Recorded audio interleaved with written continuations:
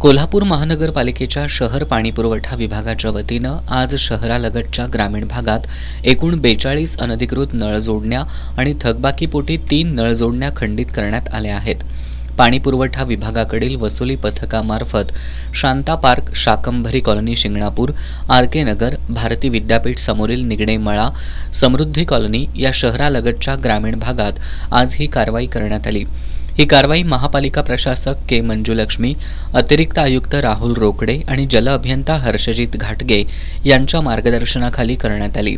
यामध्ये शाखा अभियंता मयुरी पटवेगार, संजय पाटील, अजित मोहिते, नरेंद्र प्रभावळकर, मधु कदम, अमर बागल आदींचा सहभाग होता.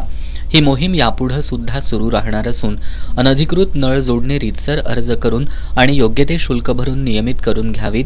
यासह पाणी बिलाची रक्कम वेळेवर भरणा करावी असं आवाहन पाणीपुरवठा विभागाच्या वतीनं करण्यात आलंय.